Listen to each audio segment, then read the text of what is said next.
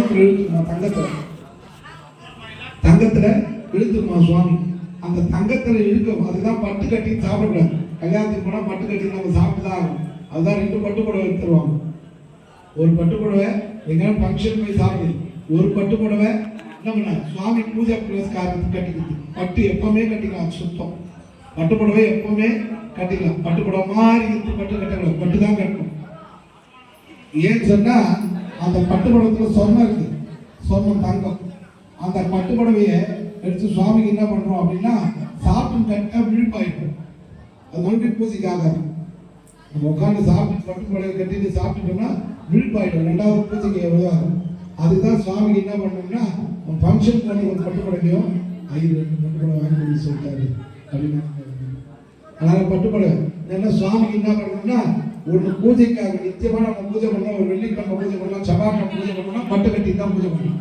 ஒரு வெள்ளிக்கிழமை செவ்வாய்க்கிழமை வீட்டில் பூஜை பண்ணுறோம், ஒரு பொங்கல் வைக்கிறோம், ஒரு விசேஷம் பண்ணுறோம். அதனால தான் எடுத்து கொடுத்து 27,000 ரூபாய்க்கு எடுத்து கொடுத்து 50,000 ரூபாய்க்கு எடுத்து கொடுத்துன்னு சொல்லி அது வீரோலையும் மடித்து வச்சுக்கிறதுக்காக இல்லை. அதை இந்த மாதிரி விசேஷ நாளில் எடுத்து சுவாமிக்கு கட்டிட்டு பூஜை பண்ணால் விசேஷம், பூஜை பண்ணணும். அதனால கடவுளுடைய சரணாகதி நம்ம அடையணும். அதனால கடவுளுடைய சரணாகதி அடைஞ்சு சுவாமியுடைய பரிபூர்ணமான கடாட்சம் நமக்கு கிடைக்கணும், நம்ம வாழ்வாக வாழணும் அப்படின்னு பிரார்த்தனை செய்து கொண்டு இந்த பார்த்தீங்கன்னா ஒரு கும்பாபிஷேகம் பண்ணால் மழை பெய்யும், கும்பாபிஷேகம் பண்ணால் மழை பெய்யும். அப்போதான் அந்த கும்பாபிஷேகம் சித்திச்சு தெரியலீங்களா? ஒரு கும்பாபிஷேகம் பண்ணால் மழை பெய்யும் அப்படின்னு அந்த மழை பெய்ஞ்சாதான் கும்பாபிஷேகம் சித்திச்சுவாங்க. பார்த்தீங்கன்னா அற்புதமான எத்தனை படம் தண்ணியை கொடுத்தனால முடியாது. கோபுரத்தை கழுவணும்னு நினைச்சோம்.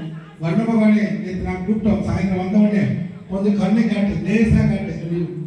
அதனால பார்த்தீங்கன்னா அந்த கோபுரத்துக்கு வந்து மொத்த கோவிலேருந்து எல்லாத்தையும் அலம்பி தள்ளி சுத்தம் பண்ணி அழகாக விட்டுருது வர்ண பகவான். ஆனால் தான் வர்ணம் சுற்றி நேற்று கும்பத்தில் வர்ண பகவானை வா